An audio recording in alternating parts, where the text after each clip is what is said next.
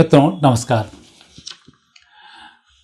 अडानी जी पर अभी एक फिर हमला हुआ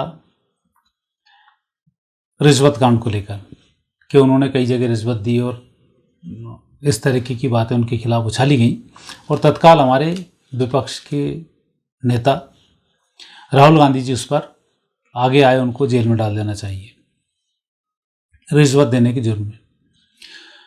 मैं तो भारत में रहता हूँ, मैंने कोई व्यक्ति, हिंदुस्तान का एक भी व्यक्ति ऐसा नहीं बता सकते जिसने रिश्वत ना दी हो। पता नहीं पड़ता, व्यक्ति रिश्वत दे जाता है। गरीब भी होगा तो उसने झुग्गी बनाई होगी, तो नगर निगम में जरूर भेंट चलाई होगी, अन्यथा आप झुग्गी नहीं बना सकते। कहीं भी आप एक ठेला लगाओगे, बिना भेंट चलाए हुए आप ठेला नहीं लगा सकते। ये मैं गरीबों की बात बता रहा हूँ। आपको पेट्रोल पंप खोलना है, तत्काल पर्यावरण वाले आपके पास पहुँच जाएंगे, नहीं खोल सकते। 2 किलोमीटर में एक और नहीं हो सकता। भेंट चढ़ाओगे तत्काल आपको परमिशन मिलेगी। कॉलोनी कोई भी बनाओगे, मकान कोई भी बनाओगे, इवन आपको आपके बिल भी जमा करने होंगे तो भी आपको देनी पड़ेगी। आपको यदि कहीं आपके घर की रजिस्ट्री करानी होगी तो भी आपको देनी पड़ जाती है। इनडायरेक्ट रूप से वकील से सेटिंग होकर वहाँ तक पैसा पहुँच जाता है और बड़ी बड़ी स्थिति है। तो कोई भी विभाग ऐसा नहीं है, ऐसा नहीं हो, कोई भी व्यक्ति सरकारी काम पे जाए तो ऐसा ना हो रिश्वत ना देनी पड़े। है ही नहीं सिस्टम जिसमें रिश्वत ना देनी पड़े। वो खुद जिन पे इल्ज़ाम लगा रहे हैं वो खुद भी अपना देख लें, जिस पद पे हैं उस पद पर उन्होंने क्या क्या किया होगा और कितना जनता से लिया होगा और कितना कहाँ भरा होगा। अंतरात्मा को टटोलना पड़ेगी। ये नहीं कि मैं बोल रहा हूँ तो बहुत बड़ा हो रहा है। अंतरात्मा पर हाथ रखें, बोले मैंने पैसे नहीं लिए, ये हमने हमारा पैसा हवाला नहीं किया। जाँचें चली रही हैं खुद की। चीन से भी हुआ, बात तो बड़ी है, कुछ न आग तो होगी, जबकि इतनी बड़ी वो बन रही है। तो परिस्थिति तो ऐसी है कि इस पर्टिकुलर मामले में हमें देश के व्यक्ति को बदनाम नहीं करना चाहिए। चाहे लाख राष्ट्र का एक विपक्ष का नेता जिस व्यक्ति का विरोध कर रहा हो और पूरे दुनिया का धुरंधर, अमेरिका का एक हिडनबर्ग और एक पूरी दुनिया का बहुत बड़ा जॉर्ज सोरेस जो आर्थिक सम्राट है, वो जो इनका विरोध कर रहे हैं, उसका मतलब वो व्यक्ति ऑर्डिनरी तो नहीं होगा। और ऐसे कैसे योग हैं जिसके कारण अडानी जी वहाँ तक पहुँचे और आगे भी परचम लहराते रहेंगे और उनका ये कोई कुछ नहीं बिगाड़ पाएंगे। उन्हीं सब की बातों को लेकर मैं उन युवाओं को भी ये संदेश दूंगा कि आपको भी आगे बढ़ना है, आपके भी ये योग होंगे, तो आप ना इन सब चीज़ों से ना डरें। लोग बोलते हैं रिश्वत दी, रिश्वत दी। पूरे दुनिया में हर व्यक्ति ने रिश्वत दी है कहीं ना कहीं। अंतर्मन से मालूम करें आपने कहाँ रिश्वत दी, आपको मालूम पड़ जाएगा। अब दूसरी स्थिति है अडानी जी की। मैं पहले भी अडानी जी पर वीडियो बना चुका हूं कि ये व्यक्ति ऑर्डिनरी व्यक्ति नहीं है। किसी भी देश को चलाने के लिए चारों वर्णों की आवश्यकता होती है। हमारा जो मनु स्मृति है, मनु जी के द्वारा बनाया हुआ संविधान है, उस संविधान से आप अलग नहीं हट सकते हैं। मनु जी का आप काहे बिना पढ़े लिखे हैं तो विरोध करने में कहा जाते हैं मनुवादी। मनु स्मृति हर व्यक्ति को पढ़ना चाहिए और आप पढ़ने के बाद मुझे बताना कि मनुस्मृति में गलत लिखा है, तो आपको समझ में आ जाएगा। बकवास करने के लिए बहुत सी बातें गलत साबित करने के लिए आप बैठ जाते हो। सबसे पहला तो ये कि देश में पढ़ाई की व्यवस्था होना चाहिए। ब्राह्मण का मतलब होता है पढ़ा लिखा, पढ़ाना। एक समय था जबकि हमें लगातार पढ़ाई से दूर रखा गया और हमें गुलाम बनाकर रखा गया। 1947 के बाद लोग पढ़ने जाने लगे, लोग विदेश जाने लगे और आज स्थिति ये हुई कि विदेश के लोग, पहले वैज्ञानिक अलग अलग हुआ करते थे और जो सनातन के वैज्ञानिक थे वो तो अलग ही थे। वो 2000 साल पहले की बात करें तो वो विज्ञान हमारा एक अलग ही था। तो हमारे बच्चे विदेश गए, पढ़ना सीखे, सारे काम हुए। तो जैसी लिटरेसी बढ़ती है तो ब्राह्मणत्व बढ़ता है। लिटरेसी का मतलब ब्राह्मणत्व। और दूसरा होना चाहिए सेनाएं तैनात, नियम आपके मजबूत होना चाहिए, कोर्ट कचहरी का न्याय आपका मजबूत होना चाहिए, सुरक्षा मजबूत होना चाहिए। ये होता है क्षत्रिय। तो बिना क्षत्रिय के ये सब चीज़ें सुरक्षा व्यक्ति महसूस नहीं करता है। और जब अच्छी सुरक्षा होती है तो व्यापार व्यवसाय फलित होता है, तो फिर वहाँ व्यापारी आगे बढ़ना शुरू करता है। छोटे से व्यापार को लेकर अंग्रेज भारत में आए और पूरे देश को गुलाम बना लिया था। ये व्यापार और व्यापारी की ताकत होती है। जब कोई हमारा व्यापारी आगे बढ़ता है तो हमें विरोध नहीं करना चाहिए। अंग्रेज आए व्यापार करने, उन्होंने कभी अपने व्यापारियों का विरोध नहीं किया कि अंग्रेजों ने इतना बड़ा साम्राज्य स्थापित कर लिया, इतने लोगों को ठोका पीटा, इतने लोगों का शोषण किया और शोषण करके इतना पैसा कमाया। किसी अंग्रेज की हिस्ट्री में ये नहीं आएगा। और हमारे यहाँ एक व्यक्ति ईमानदारी से कर रहा है तो भी उसके लोग पीछे पड़े हुए हैं। वो अडानी है। पहले तो अंबानी का ही विरोध हुआ, बाकी टाटा वगैरह का विरोध हुआ। टाटा ने जब जगुआर वगुआर खरीदी तो विदेश में इनका भी लगा कि एक भारतीय आदमी हमसे कैसे टक्कर दे सकता है। अडानी जब अमेरिका पहुंचा, उसने इतने सारे काम धाम किए, जब वहाँ के लोगों को रोजगार देना शुरू किया तो वहाँ की सरकारें हिलने लग गई।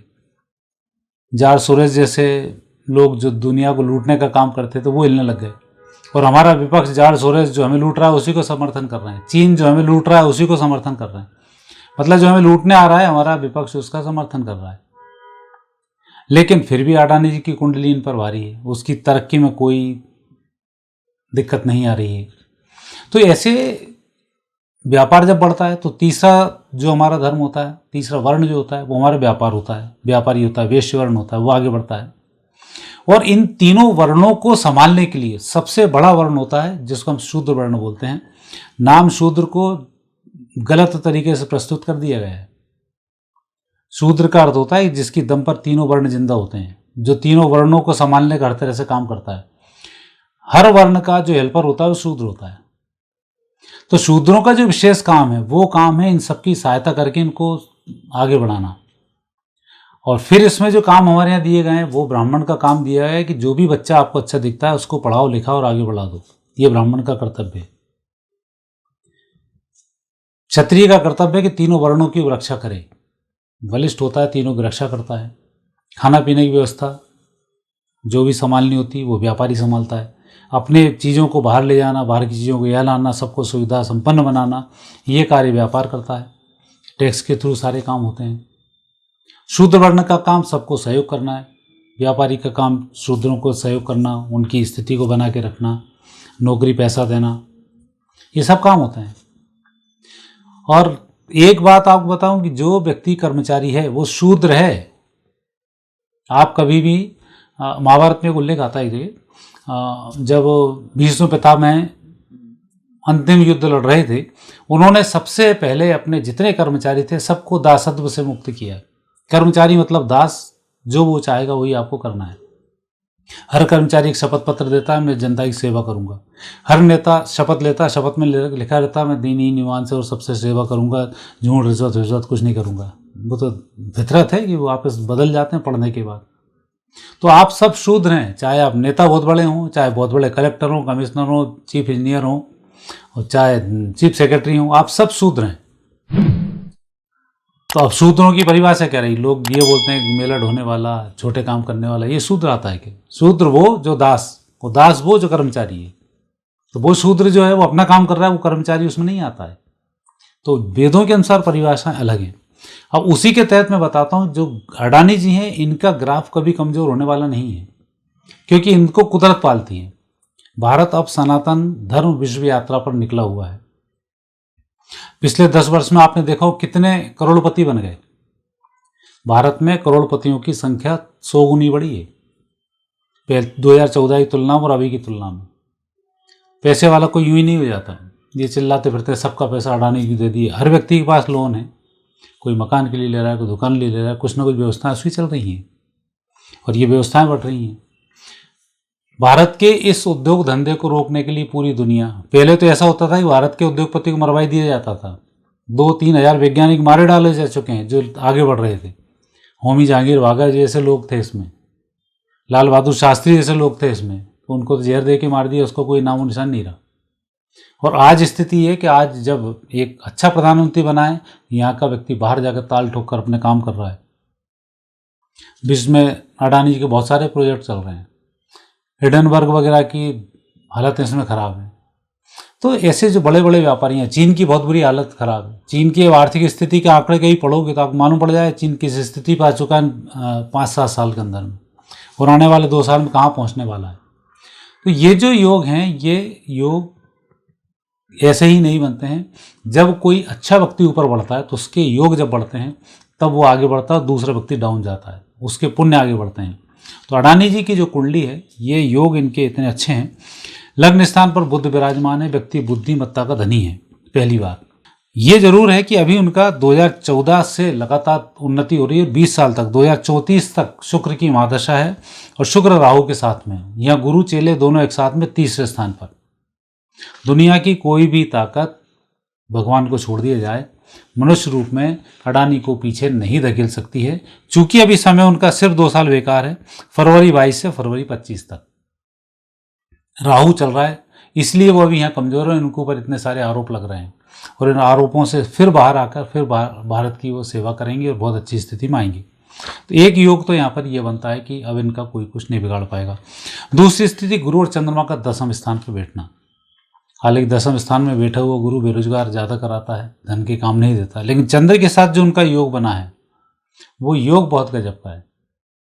ये योग है कि विश्व पटल पर उनको आगे बढ़ाना, विश्व के बड़े उद्योगपतियों में गिनती कराना, वो इनकी हो चुकी है। भारत के मुकेश अंबानी छोड़ दिया है, नंबर 2 पर है। बीच में तो ये नंबर 1 थे, मुकेश अंबानी नंबर 2 पर थे। तो यूं ही कोई व्यक्ति यहाँ से वहाँ नहीं पहुँच जाता है और पूरी दुनिया में इस प्रकार से उन्हें काम मिलना, उनकी कंपनी को सराहना, ये बहुत बड़ी बात होती है। तो ये योग भी बने, शनि केतु भाग्यस्थान पर बैठे हुए हैं। न्याय का देवता शनि है, भाग्यस्थान पर केतु के साथ बैठा हुआ है, धर्माधिकारी योग बनाता है। ऐसा व्यक्ति जो भी काम कर रहा है, जैसे भी कर रहा है, वो अपनी तरक्की के लिए बहुत अच्छे काम कर रहा है। रिश्वत लेना देना, ये करना, आरोप प्रत्यारोप लगाना तो बड़ा आसान होता है, प्रूफ करना बहुत मुश्किल होता है। और जेल जाने की योग हो तो ऐसा व्यक्ति काम भी करे, तो वो योग भी इसमें नहीं है। वो योग था तो बहुत पहले घटित होकर खत्म हो चुका है, अब तो इनकी तरक्की की योग है। कौन सा व्यापारी ऐसा है जो रिश्वत नहीं देता? विदेशी कंपनी इंडिया में आती है, कौन सी कंपनी जो रिश्वत दे के काम नहीं करती है? सारे काम होते हैं। आज छोटे छोटे कामों के लिए आपको देने पड़ते हैं, बड़े काम के लिए बड़े हिसाब से देने पड़ते हैं। सारी व्यवस्थाएं तो हर व्यक्ति को पता है। इसलिए तो जब कोई भ्रष्टाचार की बात नेता करता है तो लोग हंसते हैं उसके ऊपर। इवन मोदी जी ने भी कहा कि मैं भ्रष्टाचारियों को जेल में डाल दूंगा, तो अब लोग उसी को हास्यास्पद मानने लग गए। उससे वो जो सोरेन का जीतना इसीलिए हुआ है कि आप भ्रष्टाचार के उसमें अंदर तो कर देते, लेकिन भ्रष्टाचार प्रूफ ही नहीं हो पाता है। हर नेता की स्थिति देखो बढ़ जाती है। अधिकारी जैसे ही पोस्ट पे आया वैसे अरबपति हो जाता है। ये काहे के लिए हो रहा है? तनख्वाह से तो व्यक्ति हो नहीं रहा है, छापे नहीं पड़ रहे हैं, अलग बात है। तो ये जो स्थिति बनती हैं वो उन स्थितियों में तो अब ये मायने नहीं रखती किसने कितनी रिश्वत दी, किसने कितनी रिश्वत ली। बदनाम करने के लिए, शेयर मार्केट को उनके बार बार गिराने के लिए षड्यंत्र हिडनबर्ग और इनके द्वारा रचे जा रहे हैं नाना प्रकार से। और विपक्ष का व्यक्ति को यहाँ से उचका दिया जाता है। इतनी बड़ी घटना पहले घटी थी कुछ दिन पहले, तब भी उसके शेयर मार्केट में कुछ नहीं हुआ। अभी फिर इतनी बड़ी घटना घट गई। किसी और व्यक्ति के साथ यदि ऐसा हो जाए कि वो ऐसे ट्रैप हो जाए तो शेयर मार्केट तो धड़ाधड़ नीचे चला जाएगा। लेकिन जनता का उस पर विश्वास है। वो जनता के विश्वास के लिए सबसे बड़ा है शनि और केतु का भाग्य स्थान पर भ्रमण करना। ऐसे व्यक्ति का जनता पर पूरा विश्वास होता है, जनता के लिए बहुत अधिक काम करता है, व्यक्ति बहुत जुझारू होता है, उसके अंदर नंबर 1 बनने की क्षमता होती है और उसके अनुसार ही वो कार्य करता चला जाता है। चेहरे को भी यदि आप पहचानें तो उसका चेहरा प्रोग्रेसिव ही चेहरा है। उसके चेहरे पे यदि देखें, गोल चेहरा जिस तरीके का है। एलन मस्क को आप देखेंगे, धीरूभाई अंबानी जी को आप देखेंगे और स्वयं जॉर्ज सोरोस को देखेंगे, इनके सबके चेहरों में एक समानताएं आपको मिलेंगी और ये लक्ष्मीपुत्र होते हैं। अब वो ये बात अलग है कि एक व्यक्ति जॉर्ज सोरोस गलत ट्रैक पे चले गए और लोगों को डुबाना शुरू कर दिया, तो ये उनका तरीका गलत रहा।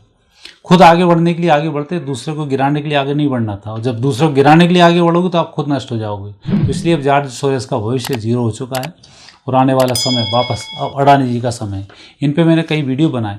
ये वीडियो मैं इसलिए नहीं बना रहा हूँ कि मुझे कुछ पब्लिसिटी मिले। ये वीडियो मैं उन युवाओं के लिए बनाता हूँ जो आने वाले समय में तरक्की करने वाले हैं और इस तरीके के चैलेंज उन्हें फेस करने पड़ेंगे। तो आपको इस तरीके का आरोप प्रत्यारोप से डरने की आवश्यकता नहीं है। जो दुनिया में चल रहा है, जो जिसको करना है करे, आप तो आगे बढ़ते जाओ, आपका कोई कुछ नहीं बिगाड़ पाएगा। ठीक है, कुछ जमानत लेनी पड़ जाएगी, कुछ करना पड़ जाएगा। भारत के नियम ऐसे हैं कि उसमें तो व्यक्ति को जमानतें लेनी पड़ती हैं। बिक्रीबाजी यहाँ पर ऐसा है। पर आप अपनी तरक्की पर ध्यान दें, कमज़ोर कहीं ना हो। आप हमेशा आगे बढ़ेंगे और जिन लोगों की आप टांग खींचना शुरू करेंगे, समझ जाओ वो आपका पतन शुरू हो रहा है। और जितने बड़े लोग आपका विरोध करेंगे, समझ जाओ आपका कद उतना बढ़ चुका है कि उनको घबराहट आपसे होने लग गई है। तो आपको तरक्की हमेशा उस लेवल पे करनी चाहिए। और लोग आपके कामों का विरोध कर रहे हैं तो आप उसमें डरे नहीं, आप आगे बढ़ते रहें। आपके ग्रहयोग ऐसे होंगे जो आपको वहाँ पहुँचाने वाले होंगे। तो इसलिए थोड़ा सा पेशेंस रखते हुए आप आगे बढ़ेंगे तो निश्चित रूप से आप भी उस लेवल तक पहुँचे बिना नहीं रहेंगे। और चूंकि आने वाला समय सनातन का समय है, इसलिए हर व्यक्ति को इस मामले में आगे बढ़ना चाहिए। व्यापार से ही विजयश्री की प्राप्ति होती है। अंग्रेजों का बहुत बड़ा उदाहरण है, व्यापार करने आए तो सबको निपटा गए, और जितने भी मुगल थे लूटने आए थे खुद लुट के निपट पट के चले गए, और आज खुद लुटने की स्थिति में कटोरा मांग के भीख मांगते फिर रहे हैं। तो ये होता है व्यापार में अंतर, और ये होता है लूट में अंतर। तो व्यापार करोगे आपकी तरक्की होगी, लूट करोगे आप डाउन चले जाओगे। कोई भी नेता ऐसा नहीं बता सकते इसकी तीसरी पीढ़ी जमीन बेच के पेट नहीं भर रही हो। कोई भी बड़ा अधिकारी नहीं बता सकते इसकी तीसरी पीढ़ी जमीन बेच के पेट नहीं भर रही हो। कारण है श्राप लग जाता है, जनता का पैसा है, लूटते हो, रिश्वत लेते हो, तो कुदरत आपको नष्ट कर देती है। लेकिन व्यापारी की 7-7 पीढ़ी आपको अच्छे व्यापार करती हुई दिखेंगी, व्यापारी की कई पीढ़ी आपको ऊपर बढ़ती दिखेंगी। कारण है व्यापार करता है, साफ बोलता है 2 रुपये की चीज़ 10 रुपये की है, वो कहीं दुराव छुपाव नहीं करता है। ये उसकी तरक्की का कारण होता है। बोलकर आप जो भी काम करेंगे सामने वाले व्यक्ति का वो है, लेना है ले, नहीं लेना नहीं ले, तो आपने झूठ नहीं बोला, इसलिए आपकी तरक्की होती है। तो विशेष रूप से आप इस बात का ध्यान रखें कि ये तरक्की होगी और इसमें आपको लाभ मिलेंगे, और अडानी जी आपके लिए एक अच्छे आइकॉन साबित होंगे आने वाले समय में। एलन मस्क अपने हिसाब से लगा हुआ है, बाकी व्यापारी अपने हिसाब से लगे हुए हैं, तरक्की करते हैं, कोई दिक्कत नहीं। तो निश्चित रूप से मुझे लगता है ये वीडियो आपको पसंद आएगा, और आगे फिर नए विषय के साथ आपसे फिर भेंट होगी। नमस्कार।